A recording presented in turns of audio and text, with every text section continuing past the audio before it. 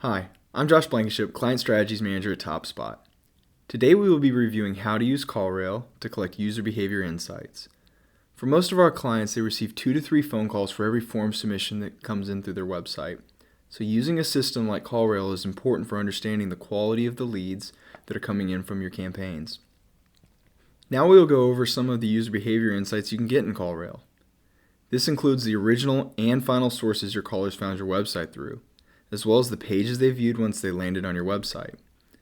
You will also be able to find other helpful information that will provide further insights into the actions that take place before a website visitor converts into a website lead. As you can see, we're on the main page of CallRail. In other videos, we reviewed how to qualify a lead and how to view those leads in reports. Go to the Edit columns to see more options available to include in your call log view. In this pop-up menu, you can choose details about the call information, the contact details, session details, and how the calls are classified.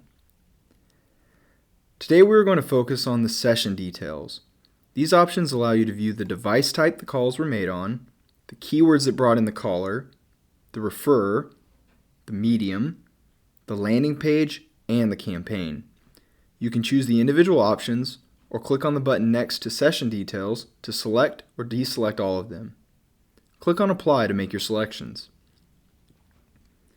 Now that you've selected the session details you want to see, scroll down the page to the call log. Remember, you can choose any of these headings to sort your information. Let's view this information by device type. Now our information is sorted by desktop, mobile, and classified. To sort by what keywords were clicked on, or the landing page, you just click on the specific header. Along with the Campaigns tab, this will give you insights into what parts of your website or paid search campaigns brought in these calls.